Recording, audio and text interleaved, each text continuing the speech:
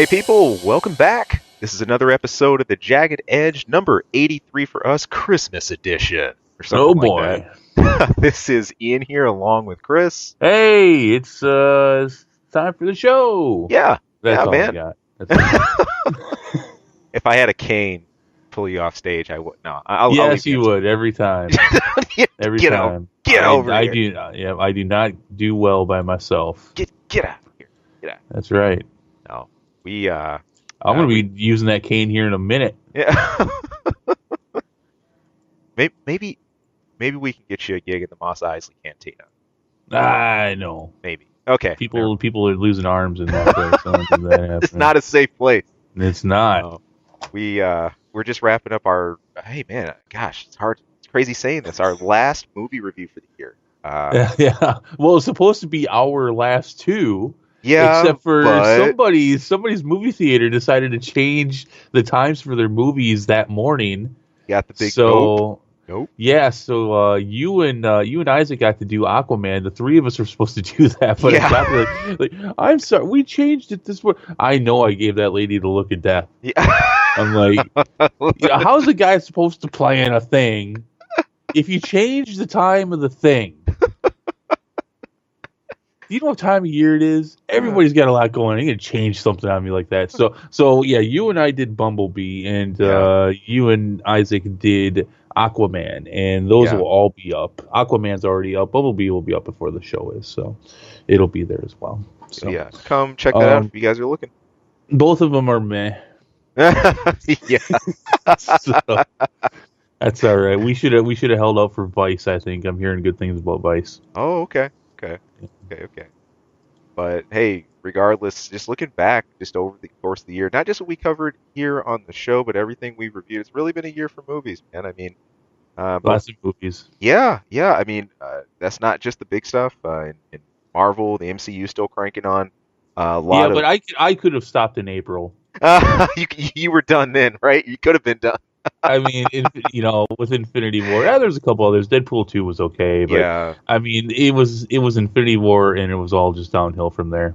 Yeah, looking at the highlight out, Infinity War was the movie. I think the lone one that earned a perfect 10. Our reviews, you know what? You know what though? That's true, and I'm still the only person to give a 10 on the channel, and I'm still reserving that for Avengers 4 because it's a two-parter. So. I get to take that back if I want. I have to take that. I also have to take that back. Bad Times at the El Royale was a great movie. That was a great movie as well. Good to hear. Now I was the one. I know that hovered around on. Speaking of Infinity War, I had the 9.5. Thinking that, and I said that only because it's a two-parter. Literally, okay. It's hard for me to see Endgame not hitting things out the park. It could happen. I give it, but. I think that's the point where I will drop dual 10s.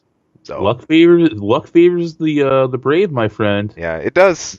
It does. You didn't. I laid down the 10. You didn't. So True. We'll see. True. I'd rather lay it down and be wrong than not do it. You know what happens? And end up regretting. Hey, you know what happens? Last time I made a bet, you got some chocolate.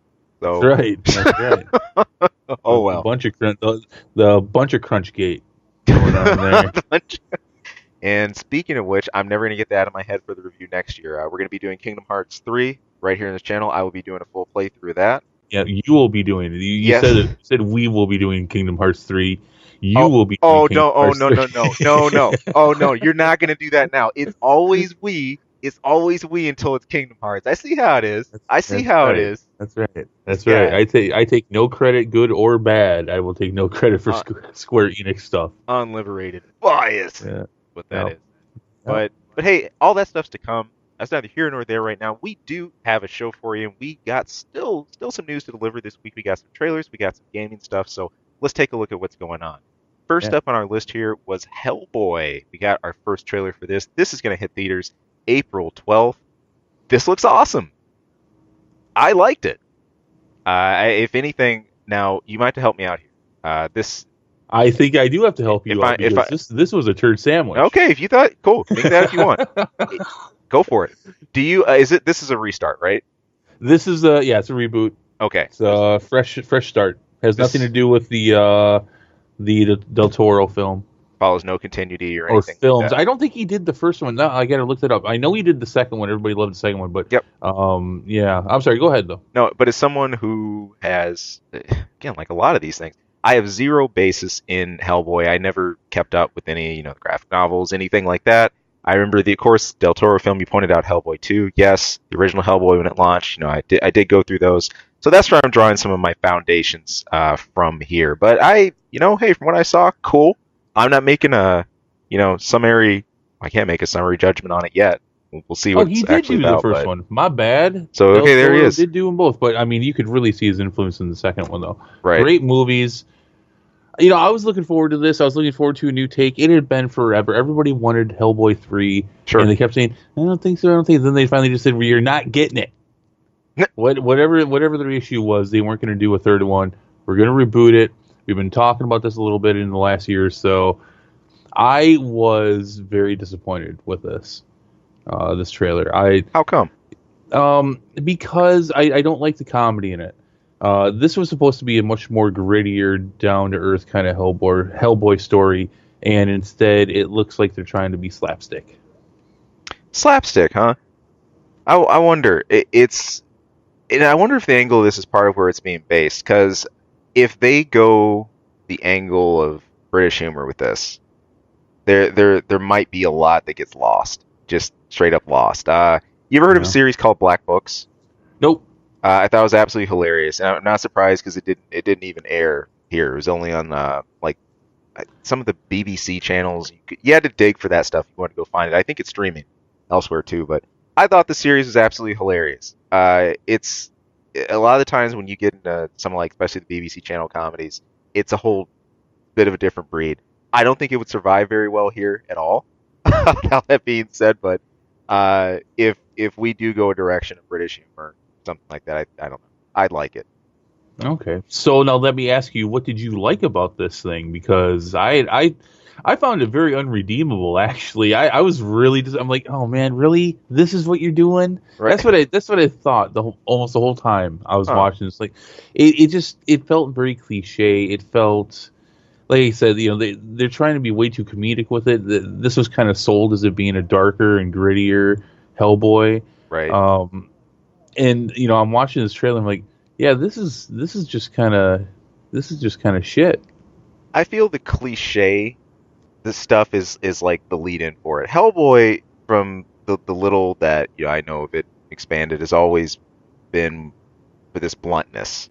You'll have just this thing on the surface, like they had the thing about the arm. Well, what's it good at? It's not smashing stuff or just something. Smashing stuff. Yeah, something just basic and stupid like that. And then he proceeds to give you an example of smashing things, and it blows up in his face in some kind of stupid elevator slapstick comedy garbage. Exactly.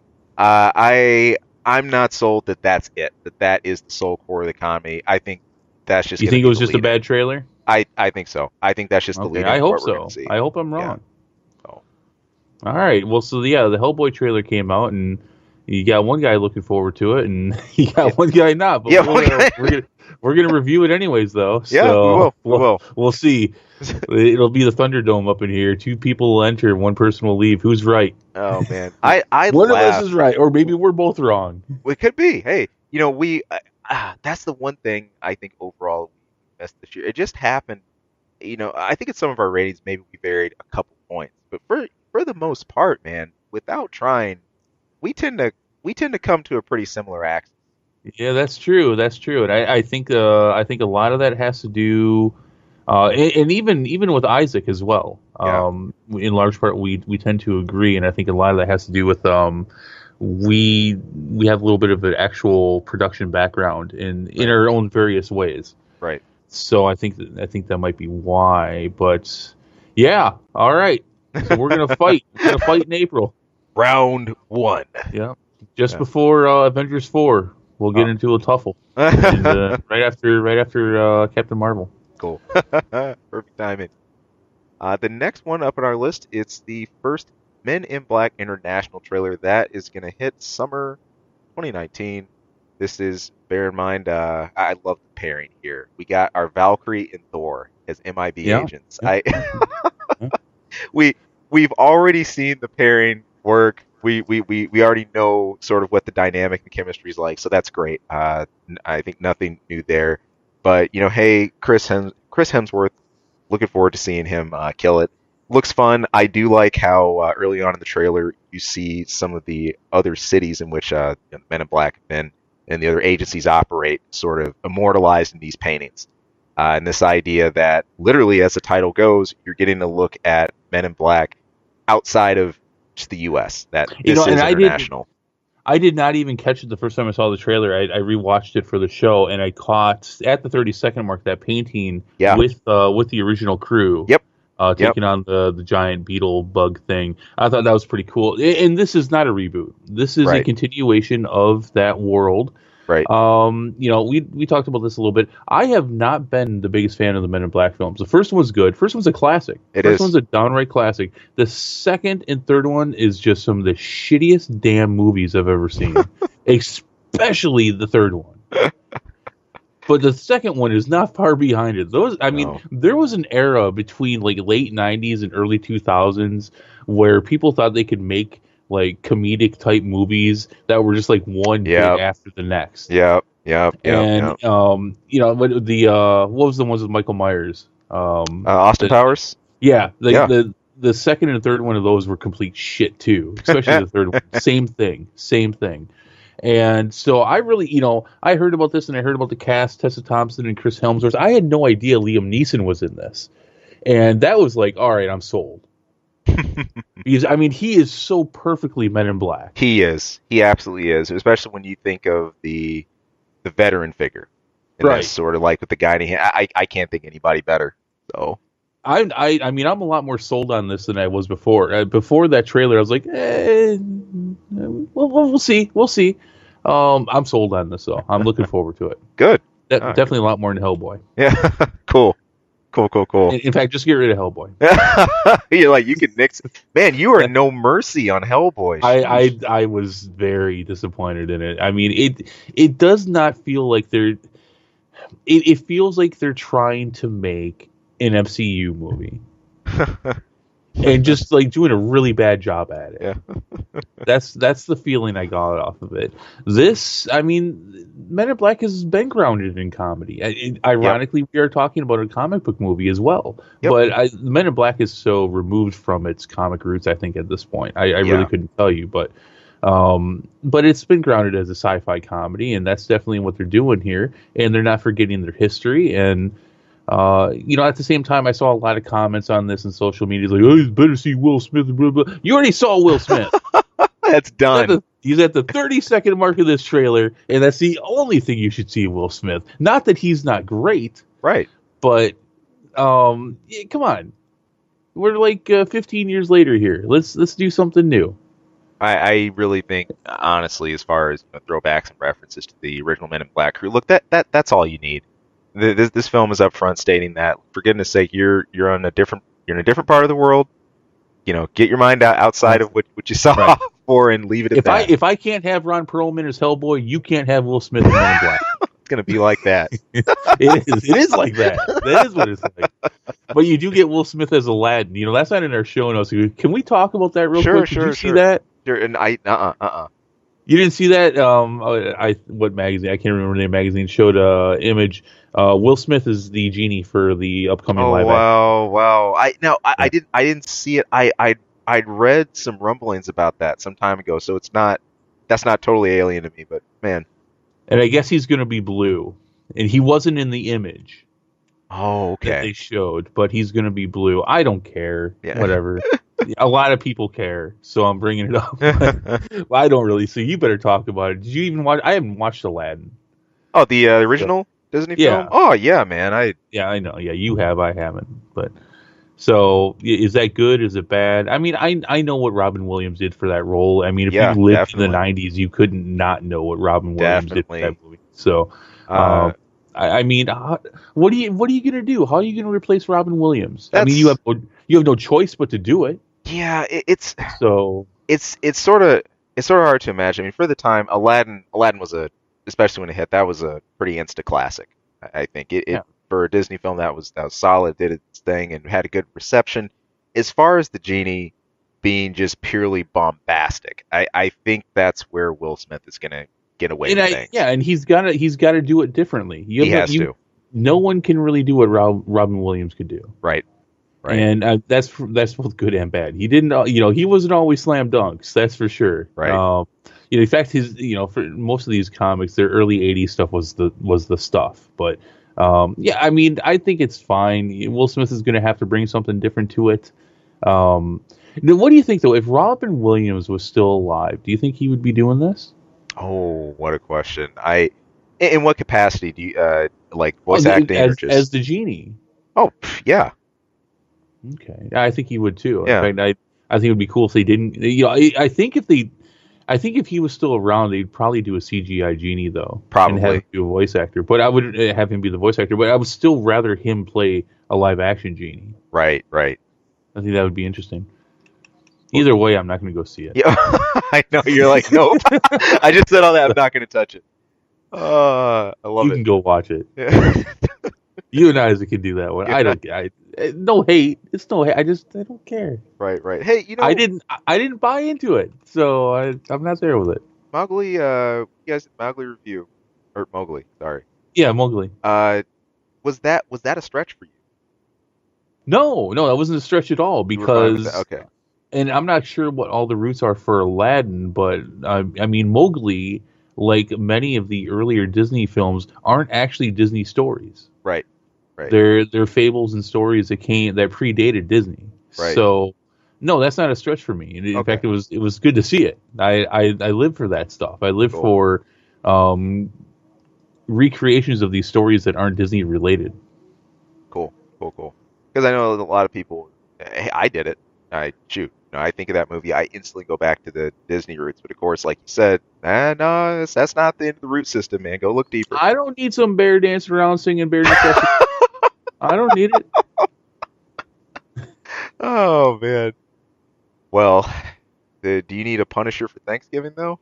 Nope. Because apparently that is still a thing. But the question is, does anyone care by this point? Look, we got the season 2 trailer released for Punisher for Netflix. You got to rephrase that because it's not even a trailer. It was just a teaser. I'm sorry, teaser. Yeah, they didn't even show anything other than Punisher season 2 coming. They didn't even put January. You had to read somewhere else for January. Super small teaser for that, but a very fittingly very negative reaction. There's not a whole lot for this next season because look, we know where Netflix is heading with this stuff. Where Netflix is going with Marvel. We have cancellations left and right. Iron Fist, Luke Cage, Daredevil down. It's only a matter of time. So you look at ads like this, and it's like, well, it's just kind of two sheets in the wind. It's a foregone conclusion. Yeah. I don't know if I should be. It's supposed to come out in January. I don't know if I'm worried or not. I don't know if it's definitely telling of something that they didn't show anything, that they didn't give you any kind of video teaser. Right. But who cares? People, especially those who follow the Netflix line of Marvel and all the different episodes and series and Defenders and all that good stuff. I think it's the investment quality that we look for in knowing that you have an ongoing series and that Marvel has a base on a certain streaming service, and to watch that and to keep up with that, it's going to keep going. But you got to tune in right here, and it's looking more and more like we're going to be seeing that on Disney service or wherever they offer or whatever else comes up. But it's tough. It's tough to pitch this when you're pulling the very foundations out from underneath it. So just do your season, and then John Barenthal can go and get huge, and wait for the reboot of the Punisher, where we'll get either a movie or we'll get a new series from Disney for Marvel Knights with the Punisher and Blade and Ghost Rider. Here, you know what? Until then, just sit in those wonderful days of Punisher and Moon Knight. Punisher season 1, episode 1. That's where you need to remain. Just stay in that mindset. Barenthal with the sledgehammer. Yeah. Well, I researching this, I got bothered again with the whole Punisher season 1, and I know everybody really liked it, and it did a good job of telling the story that it was telling. Right. but it wasn't a Punisher story. Right. And I think what bothered me even more was just, we're never going to see it outside of what we got from season 2 in Daredevil. We're not going to, Punisher is similar. I'm not going to say similar to Batman. What makes him so interesting is that he's this average guy who has to he has to rely on his wits and his knowledge to deal with all these superpowered things. Right. And I mean, quite honestly, that's where his roots come from, coming back from the 70s when he showed up in Spider-Man. Yep. And, he can stand toe-to-toe with these superheroes and supervillains because in the Punisher's case, he's a freaking maniac. and that's what made the Punisher War Machine so freaking nuts. He's like, okay, well, holy crap, now he's got an Iron Man suit. and watch what he does with this. And and for the most part, it was crazy. And the show's just not going to deliver that. And again, it's not that I don't appreciate what they were trying to do, because they told a very different story about somebody who's dealing with PTSD and the issues of all that. And it's not that that's not a good story. It was a good story in that respect, but it wasn't the Punisher. And so I don't mind this one bit. Just axe. In fact, don't even put out season 2. Just don't even put out season 2. So yeah, I know we stand in very different areas for that. It's going to be Jigsaw again. Yeah, I'll watch it.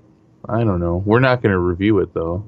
No, it seems irrelevant to review them at this point. They're done. Yeah, they're going to put it out, and then 2 weeks later they're going to cancel it, and then, gosh, I wish I could know the numbers for Jessica Jones season 2 at that point. Right. 5 people watch it. and none of them have any idea what Netflix is doing. They're like, huh, what's happening? I can't wait for Defenders season 2. Dang. All of a sudden their series vanishes. Oh, what? What's happening? Well, no, they're going to be. That's the irony, is that all these seasons and all these shows will stay on Netflix. Oh yeah. Yeah, they'll be there forever. For some poor guy or girl who's like 5 years later, I'm going to watch Daredevil season 3 for the 5th time, waiting for season 4. Somebody needs to get out from under the rock. Yeah. It's a shame. It really is. It is. A lot of people are blaming Disney. A lot of people are blaming Netflix. I kind of blame Netflix, but I don't. I get where Disney's coming from. All right, so like 5 years ago, Disney was like, this streaming stuff. Let's take a look. And they start talking to Netflix about Marvel shows, and hey, do you want to host all of our animated movies and our Star Wars and all that stuff, and MCU, and of course Netflix is like, duh. I'll take Marvel shows and Star Wars movies and MCU films and put them on. Yeah, of course they're going to do it. But, Disney's ends like, look at all this. Look at this money. Look at this money they're making. So they make their own. I don't blame them for that. And, if I was Marvel, I would have had all the stuff in the contract too. They've been like, I mean, they're not going to get themselves in a place where they were before, where they can't use these characters again. No. I mean, it was only 11 years ago, and it was like, remember how split up the MCU was? Oh, golly, man.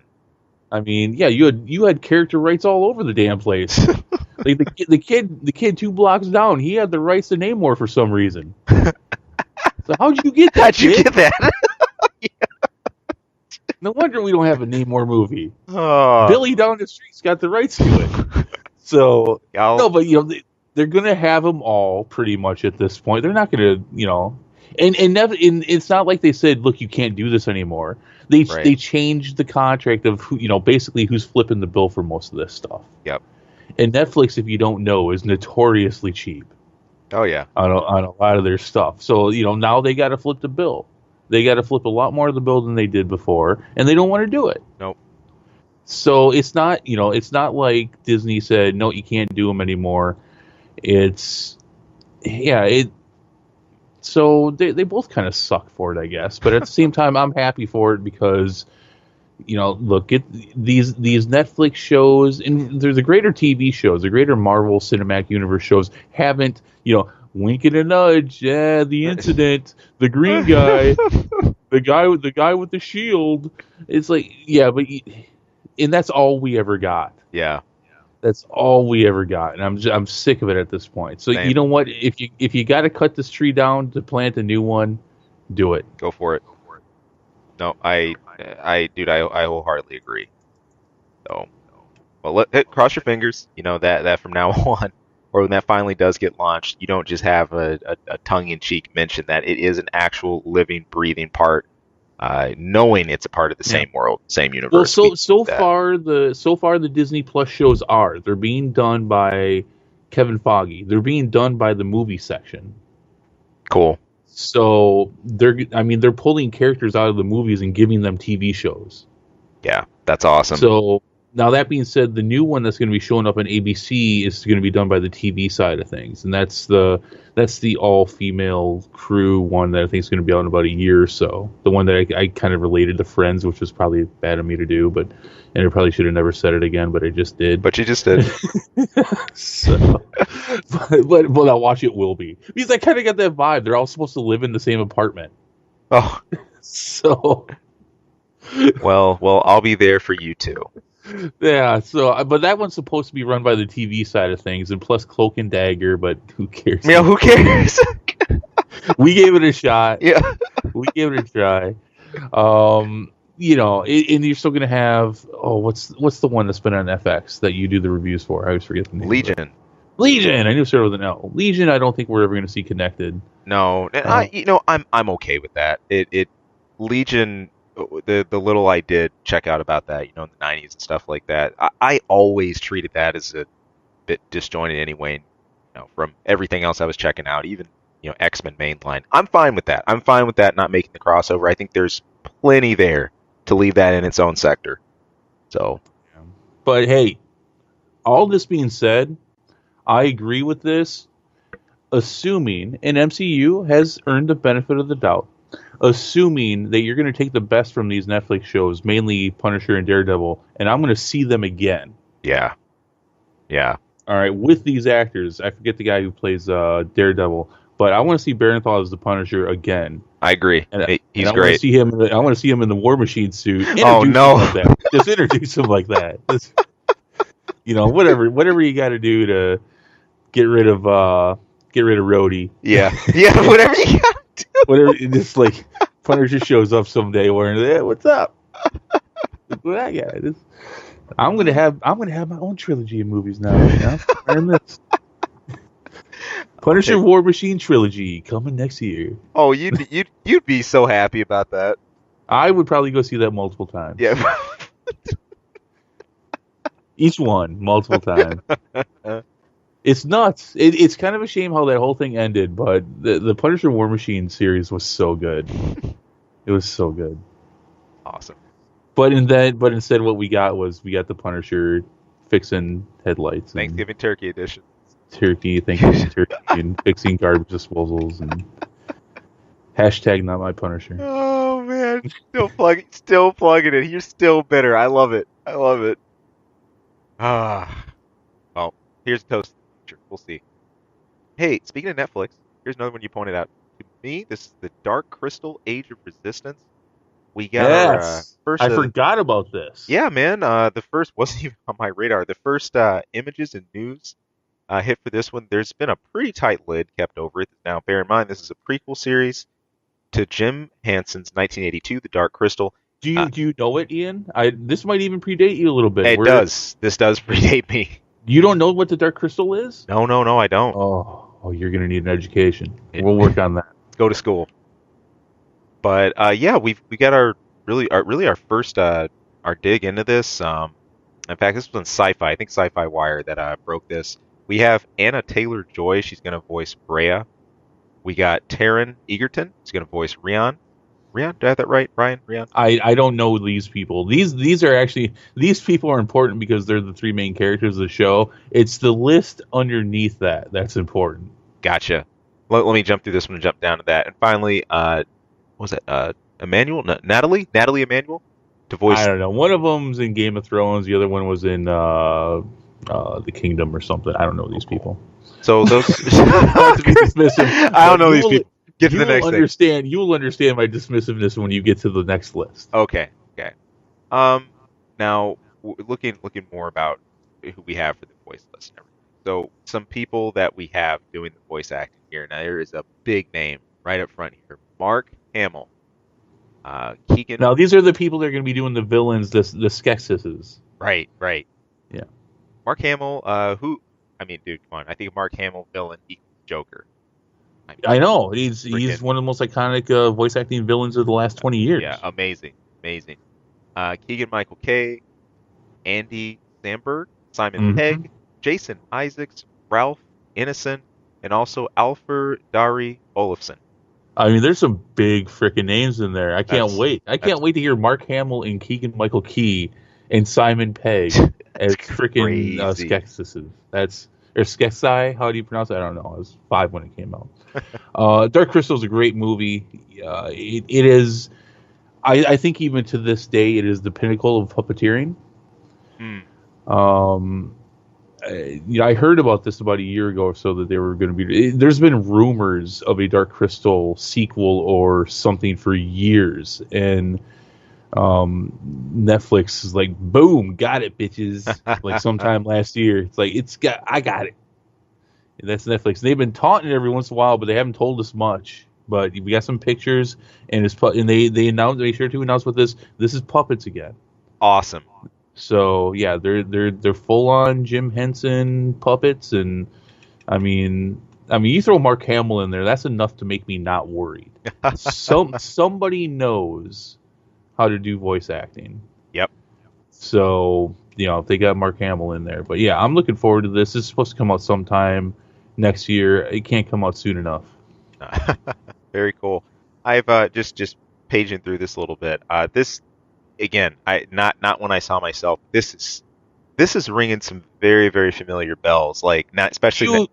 I know I've seen this. I'm going to show you a trailer after the show, and you're going to probably remember a lot of this. You probably saw this at some point when you were like itty bitty. Yeah.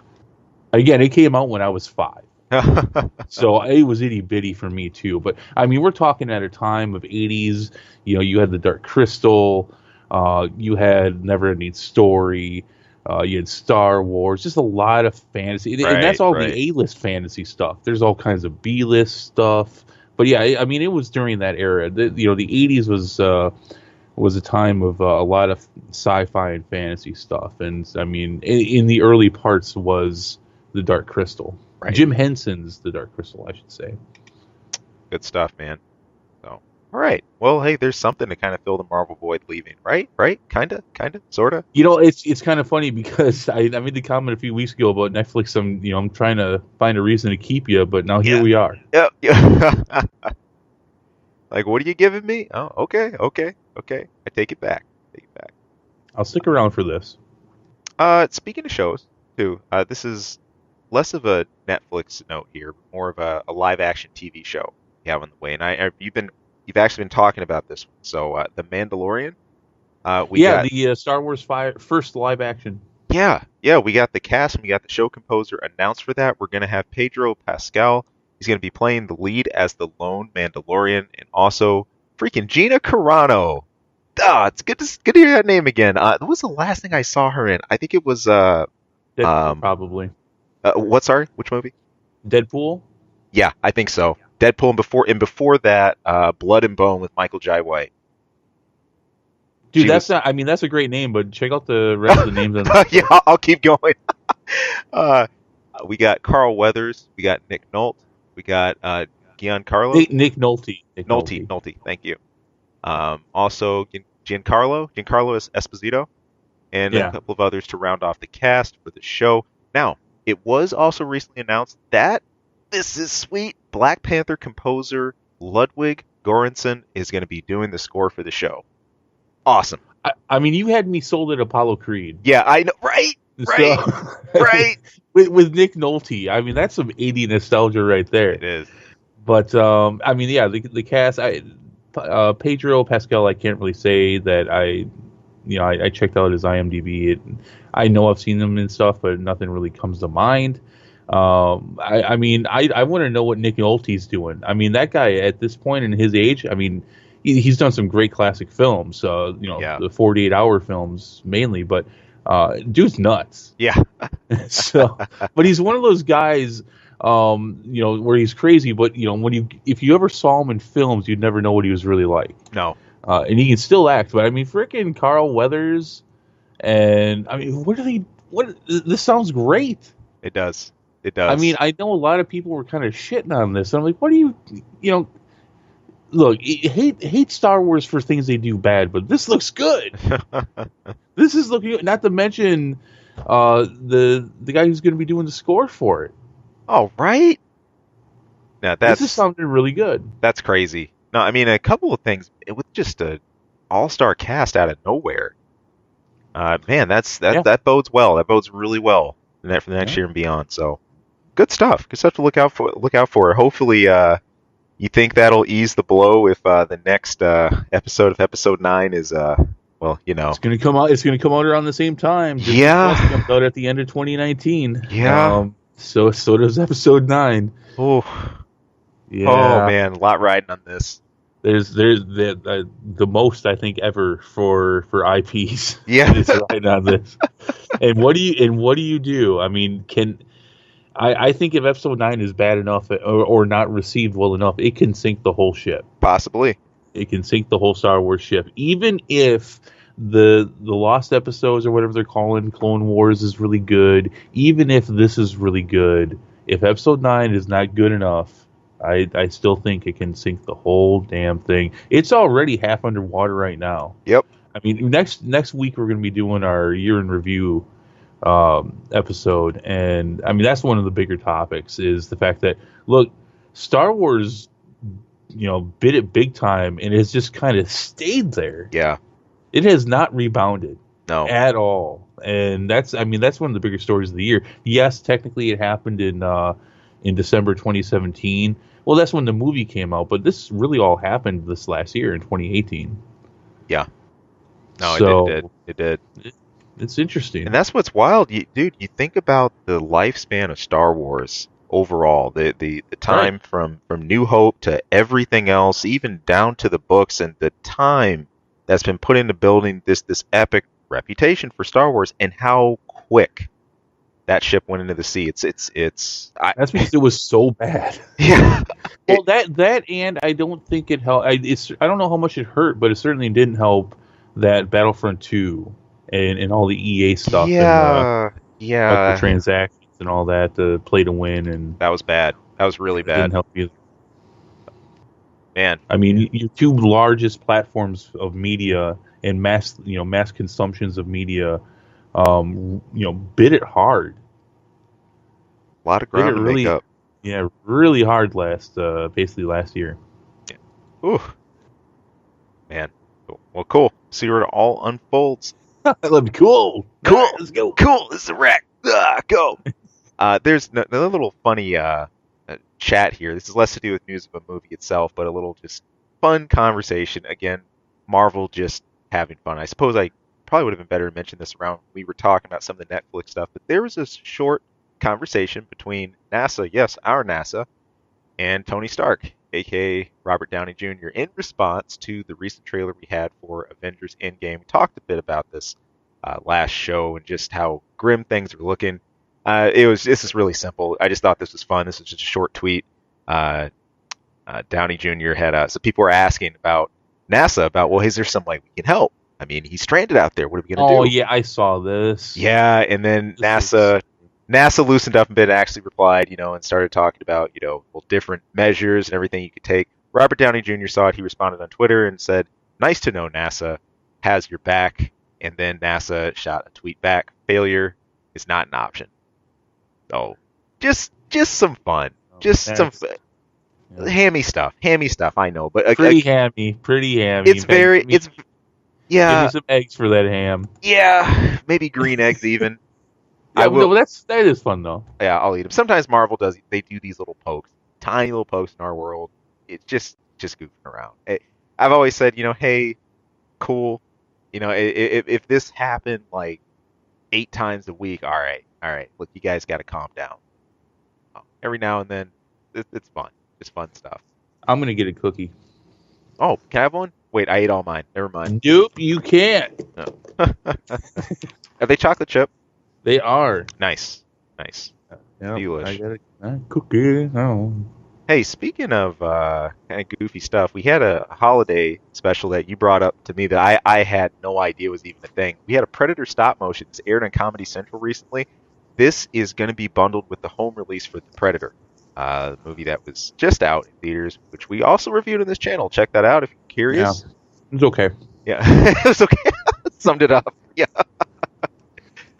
This holiday special, though, this was done with the same old school style you remember from the stop motion. Yeah, 70s. I think even the 60s. Yeah, except it's kind of a bit reindeer meets Predator meets Rambo meets Alien meets Bloodshed, some goofy madness. I gotta say, this is a short little 2-minute clip. Just hey, go check it out. Predator stop motion holiday special. It is not for your kids. It's not. You've been warned. I gotta say, I think my favorite part of this was the little Predator 2 throwback, and also like the Alien throwback with the egg at the. Dude, it was funny. Yeah, it was fun. I had pointed that out to you. I hadn't even seen it yet, but I kept hearing stuff about it. So yeah, I was talking to you earlier on the phone. I was like, "Go check this out. Let's see if it's any good." Bang. Yeah, and a little disappointed at the end. It was an actual ad. Yeah, it was. That kind of that took you out of it a bit, right? Yep. Yeah. So you got me. Yeah. And it doesn't make me want to buy your crappy movie, though. Wow. Yeah. But that was fun. It was. Merry Christmas and Happy Holidays. Predator. Reindeers. Go. I love it. Hey, switching over to gaming here, I do want to take some time to look at SoulCalibur VI. There's a whole lot happening. And this is one we've covered on our channel a lot. We finally finished our arcade runs. Oh my god. Yeah, it's been a trip, man. We've been doing arcade. We've been Chris did the stuff for main story Libra of Souls campaign. Also, he's done a custom character. We've also I came out a different person. Yeah, you did. At the end of this.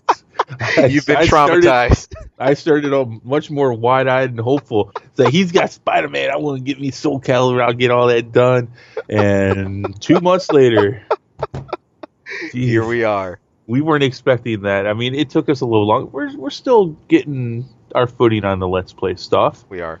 But I do feel bad. It took us over 2 months to get that all out. But we work for a living, right? Obviously, by our views and subs, we're not making the YouTube money yet. We're not. Nothing, in fact, zero.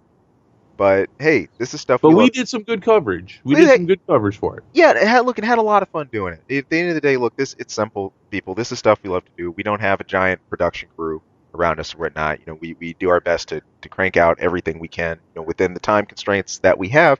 We both happen to really dig SoulCalibur. I didn't have as much history with the originals. I played some 5. I didn't have anybody around to really practice that with, but I did check it out.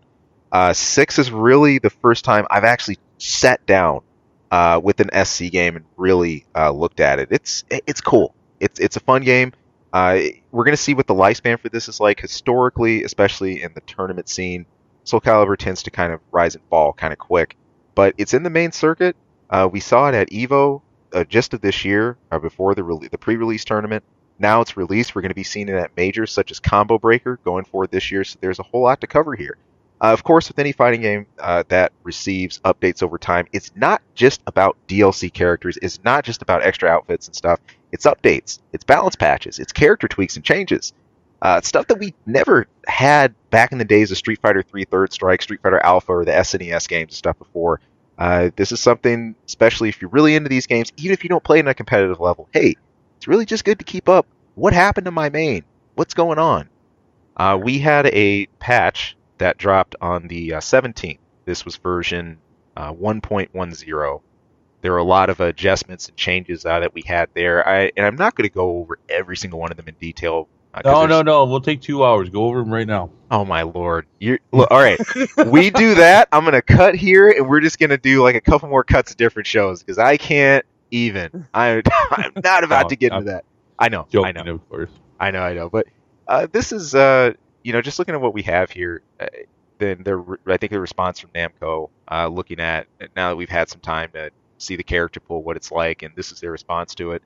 There's some changes across the board for characters that I think most fans have unanimously agreed with, and some nurse people have unanimously agreed with. The most radical 2 cases I want to highlight, Astaroth has just been he got buffed all around, and I'd honestly say it really helps him because he definitely could have used it. And that's, look, there's some things you can't change about characters. I'd say he reminds me of Rock, or like one of like the slowest characters in the game. I mean, if he hits you, if he cracks you good, if he starts throwing you around, you're gonna be in pain. But it's getting there. That's a different story, Or he'll just plain step on you. Yeah, or he can do that too. He'll step on you and then that was nuts. Pick you back up, throw you around again. I think that's my favorite move of his, by the way. It's just mean. Where he just steps on a person like they're like a step on a staircase. Yep. Yeah. No, that's funny. He's like, oh man. In short, there were about his changes. Most of them centered around giving him extra, like a bit more opening after like attacks are guarded. He gets some more soul charge time for some of his moves. He also, there were a few things that had minor changes, like decreasing the amount of tracking.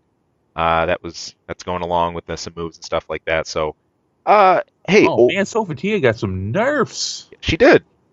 Oh, you thought she was immune? Thought she was balanced? Not so. Oh man. But no. I'm actually overlapped a little bit. I'm actually crossing a few things up with Aswell in my head. I know some of what I just noted about Astaroth sounds like nerf, same hand, but no. Most of this is gaining more charge off of successful revenge attacks. More base damage. Period. Issues where he was receiving less damage under weird circumstances, like with his throws, all kinds of stuff. I mean, straight buffs all around the chart. Aswell is the funniest example of someone who got nerfs like crazy. No one got nerfed harder than Aswell this patch. He had a pretty funny list. I was telling Chris a little bit about that before the show. To his joy, I'm sure, because you just love Aswell, don't you? Look, I have just, stop right there, Sonny. Because I don't have any personal animosity against Aswell. It's just that you just so happen to say, I'm going to use Aswell tonight at a time when I just didn't want to even look at the guy. Because you sit here and you laugh, but you have not played Libra Soul Chapter 4. I didn't go through the hell. So yeah, you just don't understand. I don't. And if you ever play it, you will come back and apologize to me. How many hours did you say sitting there and going through all those like his God Super? It took me a couple hours. Yeah, it was mean. What you described reminded me of like Max's channel, or like the boss rage, just ridiculous stuff. Like you said, could input reading all the. Yeah, I had to stop and have a couple smokes. Nasty. I mean, I knew pretty early on what they had done. Right. But yeah, you can hear it at the because the fight's early on in Chapter 4, and you can hear it because I only posted in the video the 1E match. Because that honestly, not because it was embarrassing to lose, because I mean he's everybody knows how ridiculous that fight is, but because I mean why would you want to watch 2 hours of me losing to him? Right. I suppose if you hate me, you might have wanted. Right, if you hate me.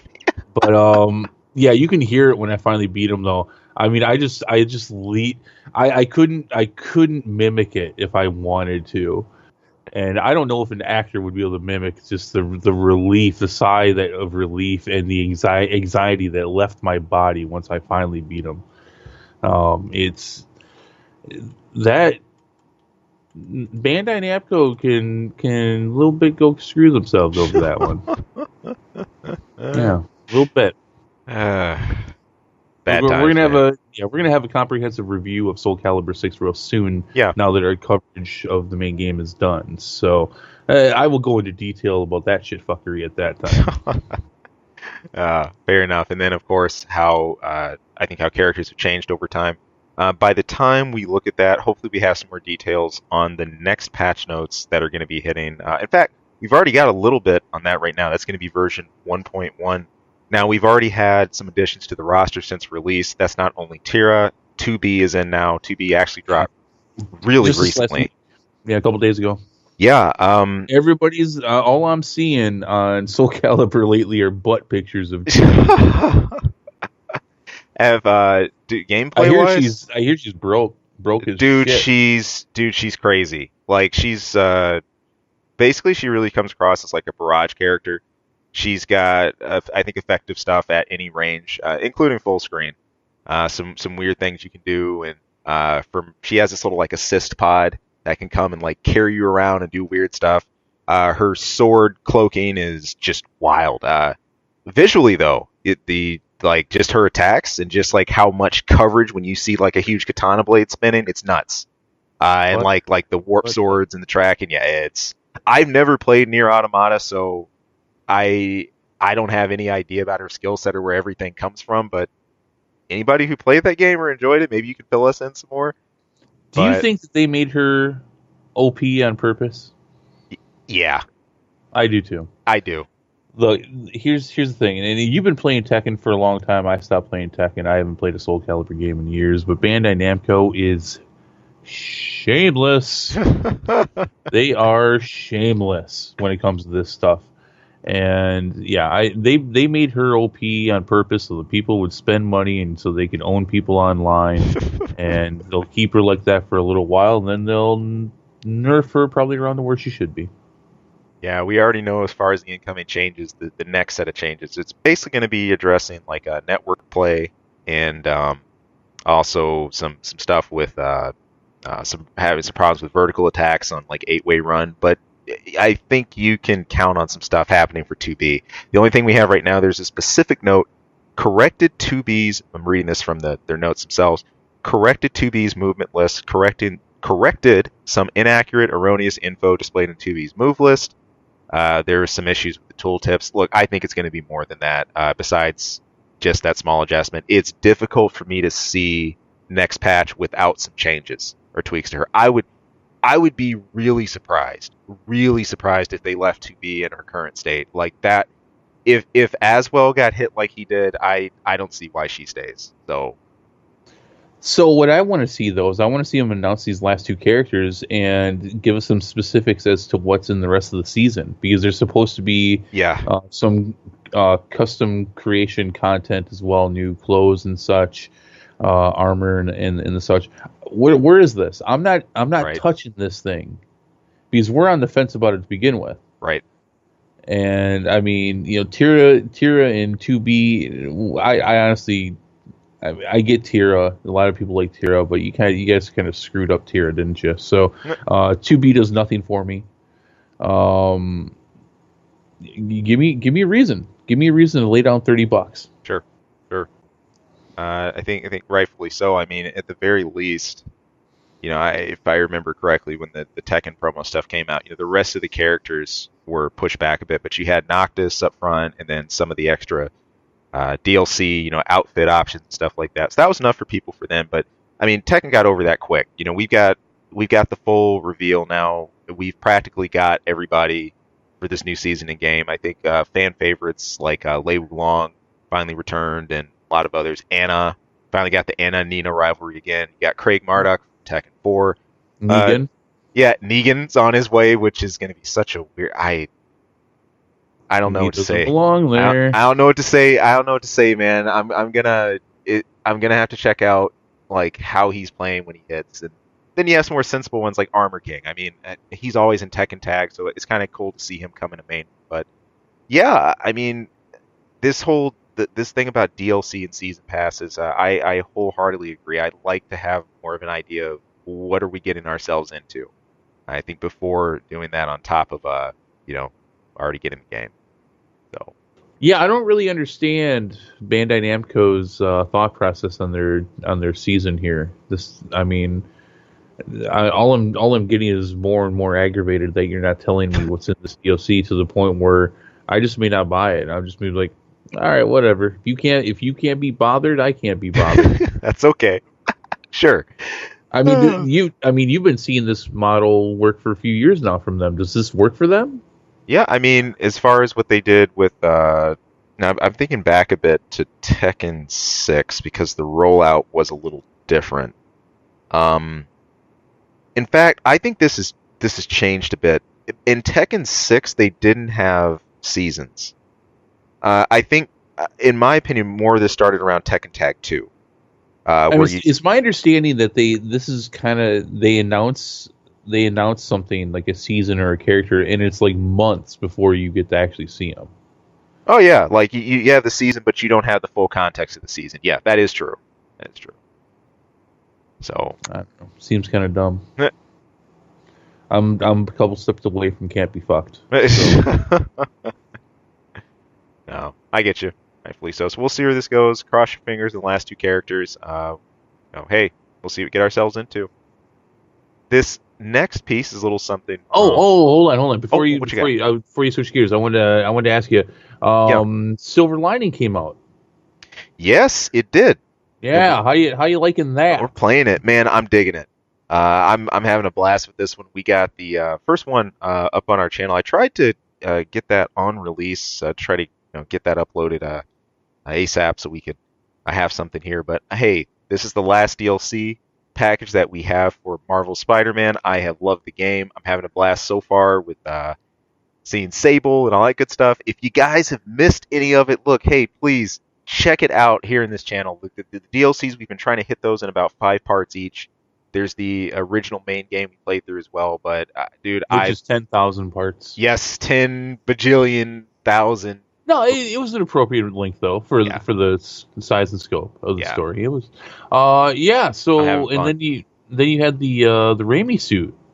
Yeah, man. Okay, so I was sitting here debating that. I remember when I first started up and I got everything loaded, and I'm sitting here looking. I was like, hey, isn't that the Raimi suit? Like I put it on. I'm going around. I'm just jumping around town.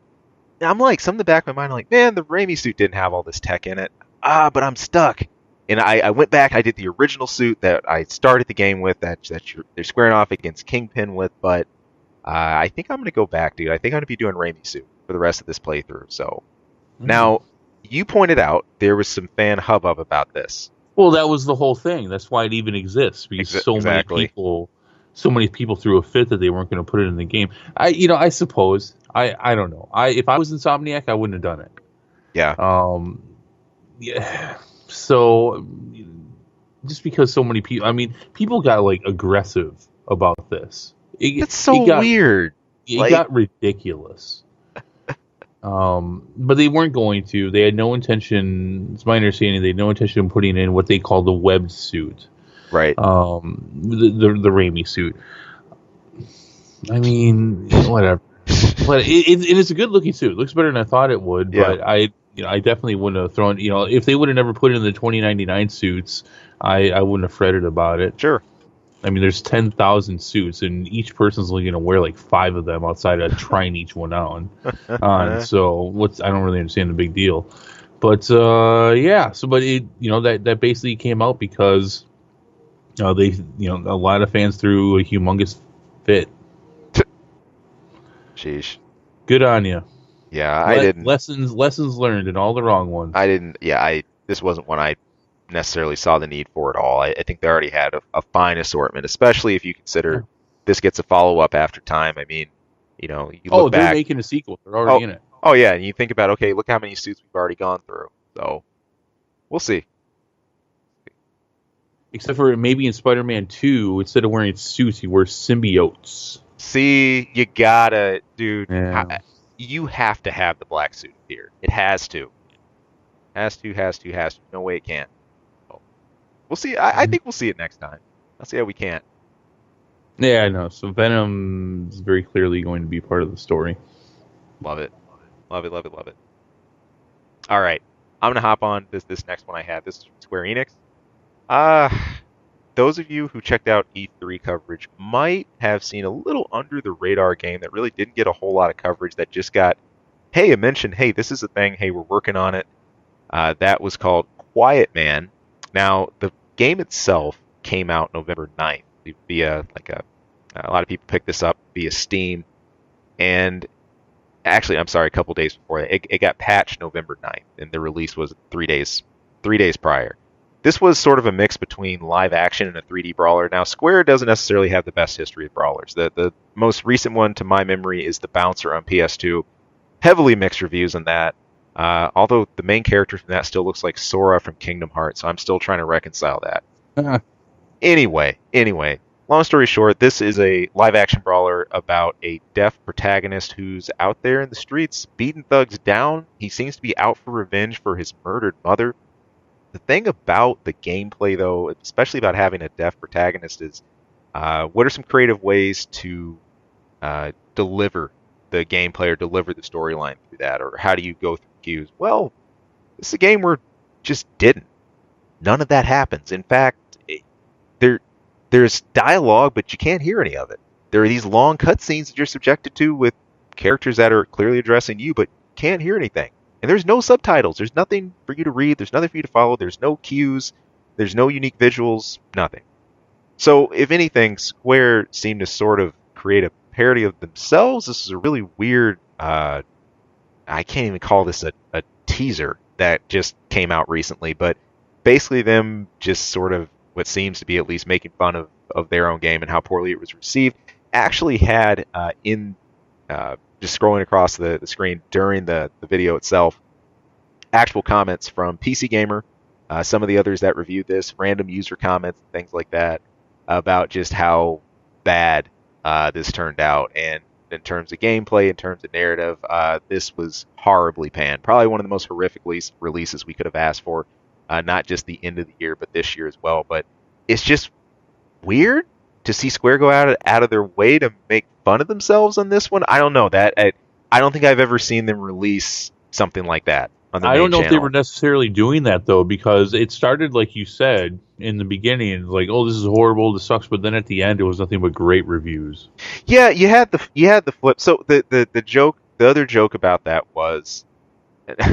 Here's the funny thing. The patch that came out on November 9th was where they added some subtitles, where they actually added some audio into it so you could somewhat understand what some of this game was staring at or what it was even aiming at. And I think there were some random users and people that, changed their mind there. So I even think they were making fun of that fact too. I think it's just across the board that this was terrible, that it was just a bad release in the first place. But the other reason I frame this as so weird is I look at the framework of everything else. Look, get outside of the Kingdom Hearts 3 and the mythical FF7 remake. Let's not talk about that a minute, but I'm looking at the rest of the stuff that's on for release. I mean, and to talk about, and things that have been done.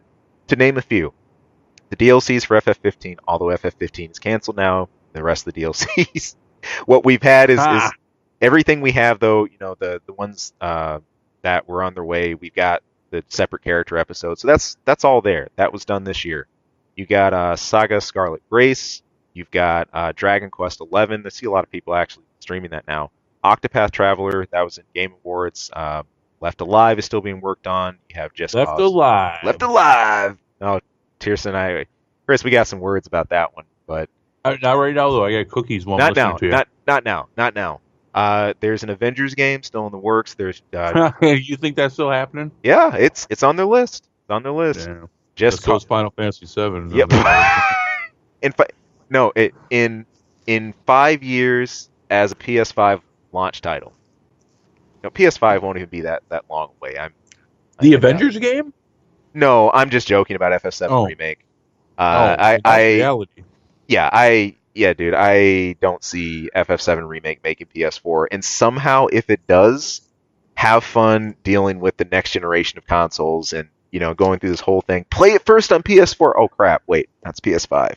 I say at this rate, look, if it drags on, just release it all on PS5. But the point is, at the end of the day, look, there's a whole lot more happening outside of that. So them taking time to, I guess, laugh at it, which is kind of weird. So, oh well. Is what it is. I'll here's the thing. I have a comment while I eat a cookie. It's kind of dumb that they didn't put subtitles in there. Yeah. Deaf people can read lips. Jackass. Right. So maybe put in subtitles that kind of reflect how they would read lips and the difficulty that comes to that, because you can't always get all the proper words and such, because a lot of times words look the same coming out of people's mouths. Right. So, that was dumb. No, dude, I agree. I think the frustration a lot of people have with this was because they had an actual really unique concept on their hands. Yeah. That if delivered in a cool way, actually could have been I pretty don't unique. think there's a concept worth basing a game around, though. No, it's but just some of the ideas I think playing with here could have led to some interesting gameplay that just weren't explored at all. Just simply wasn't done. So weird stuff. That's all I got on the gaming front, though. I want to hear about your trip to GameStop. Yeah. What happened? GameStop. I'm gonna finish this cookie. Yeah, so I had to go to GameStop. Now, remember, I was telling you before I went to GameStop how I didn't want to go to GameStop? Yes, you were. Because I'm not a fan. A lot of people aren't. They get a lot of heat nowadays, and it's deserving. I had been to the mall in a couple years. That was scary. Everything was very expensive, which was surprising, except for the Sears. And I get into the mall from the Sears, which was actually impressive as to how much they liquidated their stuff, because that Sears is closing in February, as most Sears are. Oh yeah. So, yeah, because that's the closest entryway to get the games. Okay, so here's the interesting thing about GameStop, and I haven't been there in a while. They got a lot of buy one get a lot half off right now. A lot of people may have seen that. They got their typical used and a lot of stuff that nobody wants. But what was interesting and what actually made me ask for assistance and some cookie and some information was I was looking at the new games, and that was the prices that they had listed for brand new games. Almost all of them were discounted. Wow. Yeah, like everything except for Spider-Man was at least $49 to $39 to $29, some even $19.99. These were brand new games, all of them. Holy ranging crap. from Fallout to Battlefield 5 to SoulCalibur, which we were talking about. Again, Spider-Man, the only difference. The only thing that was $59.99. And which kind of ticks me off. Now, for SoulCalibur 6, because that just came out 2 months ago. Right. And I paid full price for that. And I still stand by the fact that should have been a $39.99 game. Yeah. But I mean, I double check. I'm there and I double check. I'm like, did I find myself in the used section here? And I double check. I'm like, no, these are all brand new games. So, one of the guys was walking by and said, "Hey, come here." And this guy was as stereotypical gamer guy as you could get, but we won't get into all that. But I say that to the point of basically he was no help. And I said, I'm looking at these prices here. I mean, these are all the new games, right? These are all your new ones. These aren't the used ones. He said, yeah. I'm like, why are they all so cheap? He's like, it's the holidays. It's what we're doing for the holidays. I'm like, no. You don't do this for the holidays. Nobody does this for the holidays. I wasn't mean about it, but I'm like, nobody does this for the holidays. I've been to Target and Walmart. None of them have them priced like this. They all have them priced for the normal retail amount. And that's because, if you don't know, which most people do, these stores don't make anything off of selling these games. Because they're all set priced. That's why GameStop has made a fortune off of used games. Because that's 100%. Trying to think of the term. They get all the money from that, basically. Right. But they don't get anything from the new ones because those are all at a set price. Like when they sell it for $59.99, that's the suggested price because they pretty much paid $59.99 to put it on their shelf. And they put it on the shelf, and then they sell accessories and consoles and used games and blah blah blah, and that's where they make their money. All right, that's how the model works. Not the case here. I had not seen this since Toys R Us, where they were trying to liquidate. That's crazy. That is crazy. And like I said, I had been to Target that year for Christmas shopping. I had been to Walmart. They weren't doing this for these games. Like some of them had a retail price of $49.99 or $39.99, but none of them had SoulCalibur 6 for $39.99. They all had it for $60. I thought that was nuts. I'd never seen that, especially at a GameStop, because if you've ever paid overpriced for a new game, it's been at GameStop. There you go. And that was nuts. They had, I mean, GameStop has been trying to make a transition as of late to be more of a hot topic kind of thing, along with all their gaming stuff. Mm-hmm. I mean, none of that stuff was leaving the shelf. Out of everybody that was in the store with me, I was the only one there who was buying something. Everyone else was either looking or trying to get credit. Wow. Yeah, it was ridiculous. Wow. And this one guy brought in his PlayStation 2. He didn't have a controller. And he didn't have the box. He had nothing. And I'm like, did you steal that?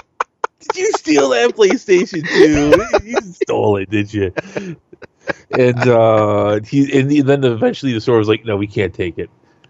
We can't take it. And he's like, all right. Well, yeah, you don't care because you stole it.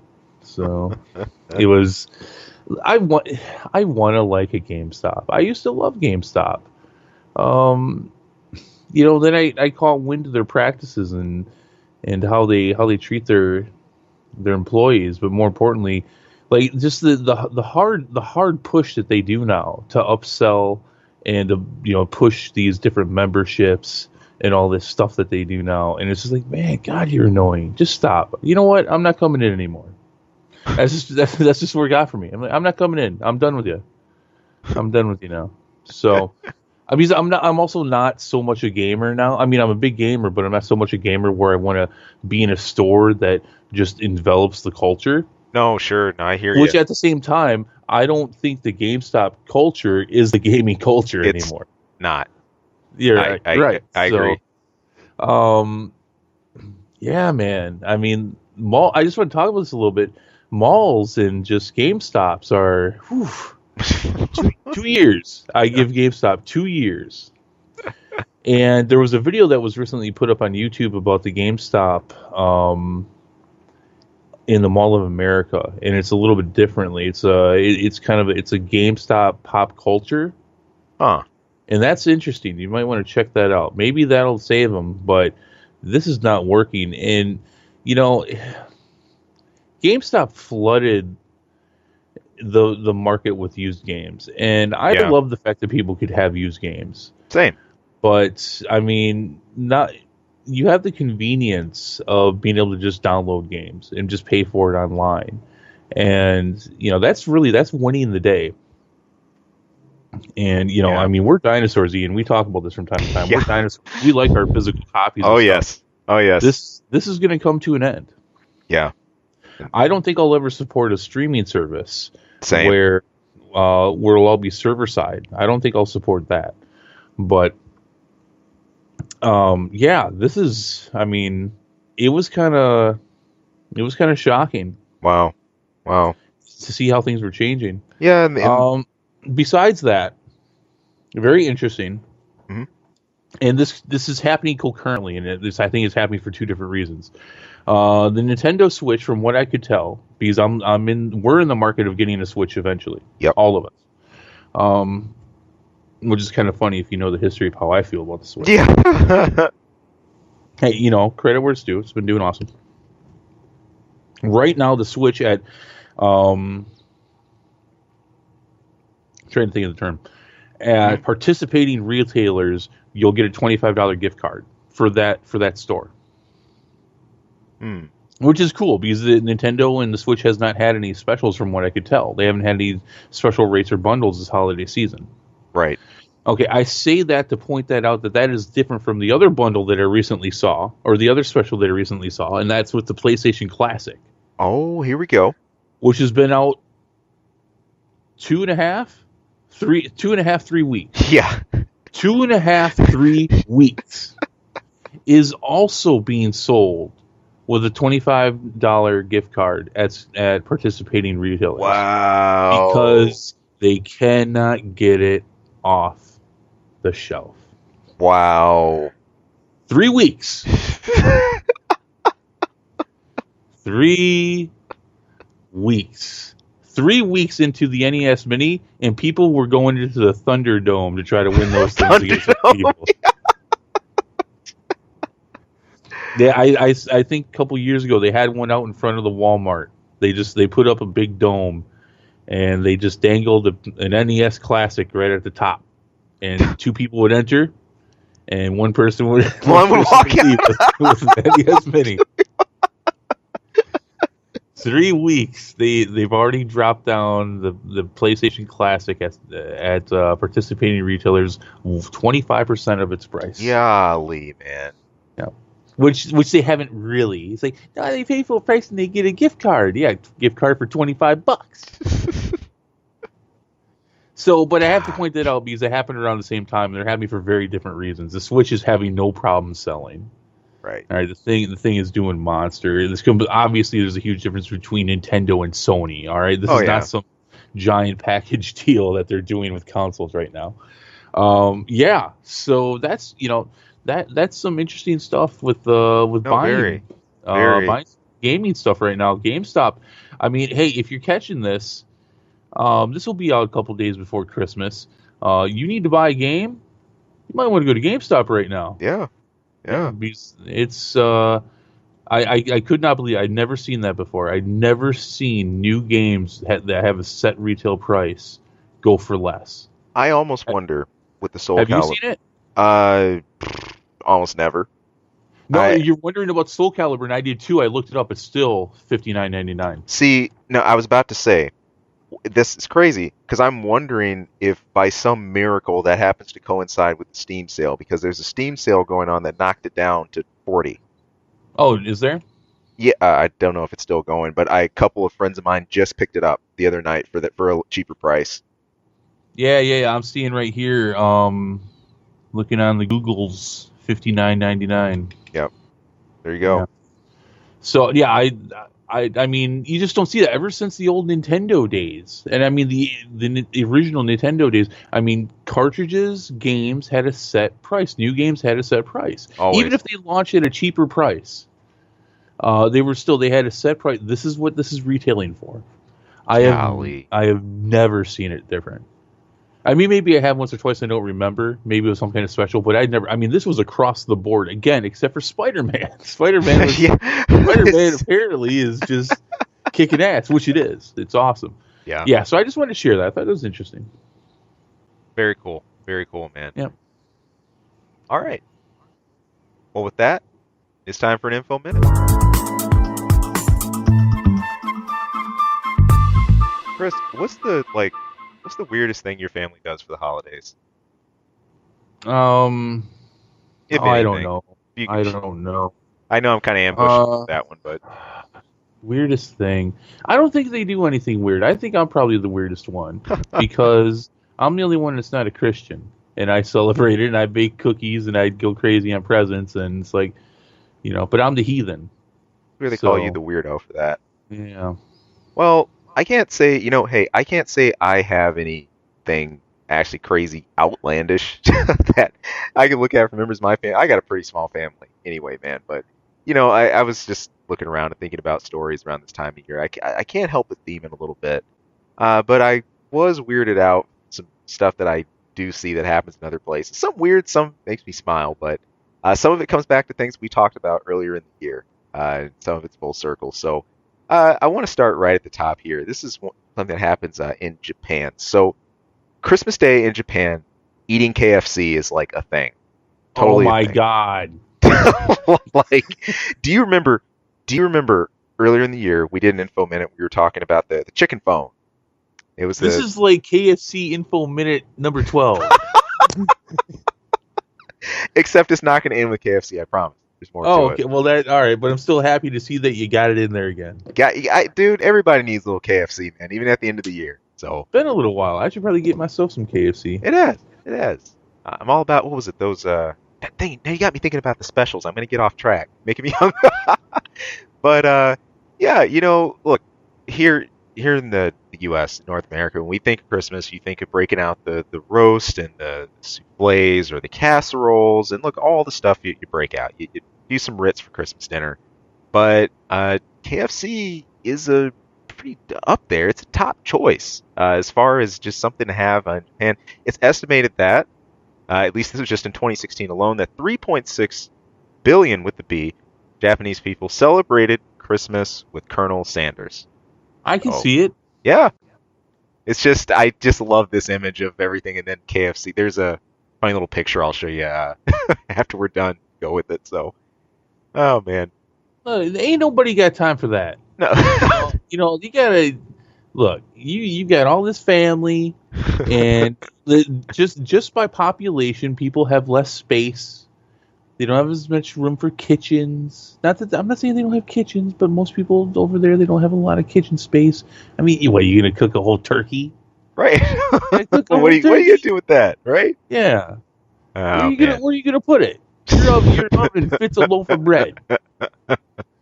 Your kitchen, your refrigerator can't even put the leftovers in there. So you go to KFC, you go buy yourself some KFC. I love doing KFC for Thanksgiving. That's what I used to do at one of my jobs. It makes complete sense. I totally get that. It's awesome. Oh, man. Yeah, some people would giggle. I'm like, why are you giggling? It's delicious. What? Because it's not turkey? Right. Get over it. Get over yourself. It's a dead bird that's been breaded, and people are eating white meat and dark meat along with corn and mashed potatoes. What's your problem? Enjoy it. Happy holidays. Take that. And we're gonna have this after. What's your problem? Spinning over outside of Japan. Now there are some other different stuff that happens in places like Austria and things like that. I want to look at Austria specifically. Now we think of Santa, the big friendly guy in red that hopefully doesn't give you a lump of coal. There's a legend in Austria about Krampus, which is evil Santa. Oh boy, I've heard of this. You've heard of Krampus? Yeah, bad Santa. So that's my hero. Good Lord, your hero figures to me. Doesn't he beat people with sticks? He's got a stick. He looks like a Diablo last boss, though. Honestly. So Krampus, what's it about? Krampus is a mythical half beast, like half man figure. Which isn't he related to Santa? Like, isn't he bloodline related to Santa? I don't know about that. I know he's got like I'm gonna hit the Google. You should look. I never heard about that part of it, but I do know this. The point is, he comes to punish kids that have been bad, takes away the toys that they already have, or even, as you said, swats them with branches. He carries these birch branches like sticks, stuff like that. So now, looking into this a bit more, I think it might beat you to it. He actually is one of the traditional companions of Santa, but he represents best way I can describe this: if Santa's the carrot, this guy's the stick. There. I see what you see. You see what I did? Yeah. So no, you're right. Do it. Another weird one that I had no idea about was in Germany, pickle ornaments are a thing.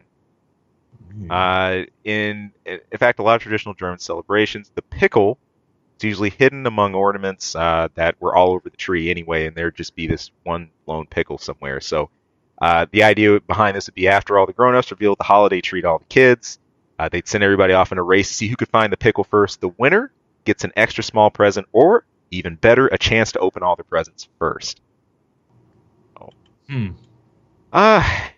And a few, just to wrap up here, this one weirded me out in Wales. Now, I'd never heard of this. Mari Lwyd stands for grey mare.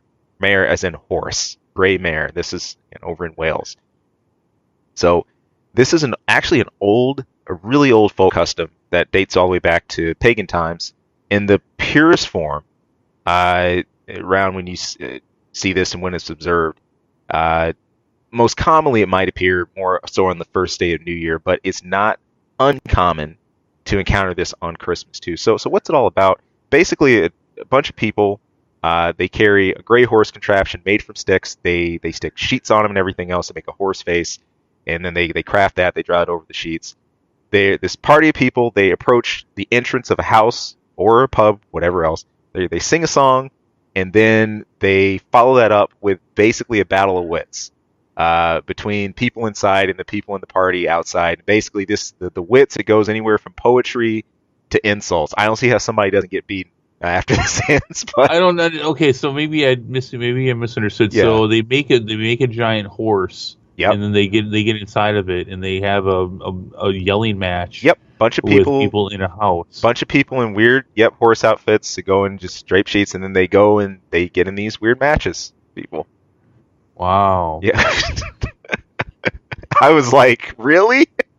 This time of year, like, come on. Oh man. I just want to put a dead tree in my house and wrap gifts. And I'm done. And go get some KFC. I think we should borrow from the Japanese. Last but not least, this is a super simple one. This is over in Sweden. This isn't a super old tradition. It started around 1966. Basically, there's a huge Yule goat that's put in one of the main squares of town every year, a little bit before Christmas. This thing is huge. It's about 13 meters. Translate to you, that's close to 43 feet.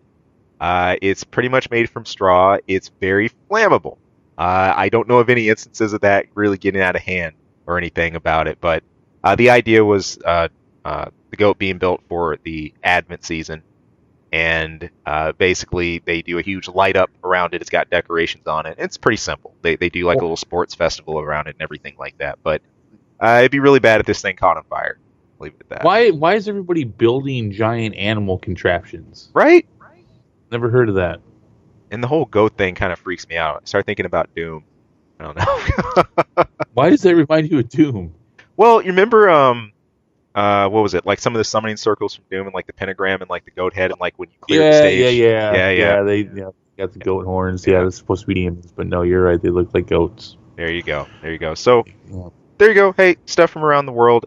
If you guys got anything to add, I'm sure there's a ton of things I missed just in the short list alone. Hey, want to hear from you, or just even what are your weird Christmas traditions? Be as kinky as you want. Well, we want to hear them all. Look forward to hearing from you guys again. Thank you so much for tuning in. And hey, listen up. Every like, comment, all that good stuff. Hey, it all helps us out. Keep us providing the content that we want to do here. Hit that subscribe button if you want to continue to get notifications of when we're going to be rolling stuff out. Not just our show we do every week, but our reviews, our Let's Plays, and everything else in between. But until next time, people, thanks for a fun year. Thank you so much for listening. We're going to see you in 2019 again with the Jagged Edge. Happy holidays to everybody. Merry Christmas. Hey people, thank you for tuning into this episode and taking a listen. If you like our content, if you like what you're listening to, there anything to go over, hey, please, we would not only love to hear more from you, but it's great if you could throw some support. You can subscribe right below. Also, you can toss us a line anytime. That's ksawmedia@gmail.com. Of course, you can tune in for our channel anytime for movie reviews, game reviews, a lot of random wacky stuff. Who knows what you'll hear. And of course, our episode each week where we're bringing the nerdiest things we can find, dig up, and maybe not find. Maybe the stuff that just drops in our laps. But anyway, hey, thank you so much for tuning in. Thank you for listening. We hope to hear from you again later. Take care.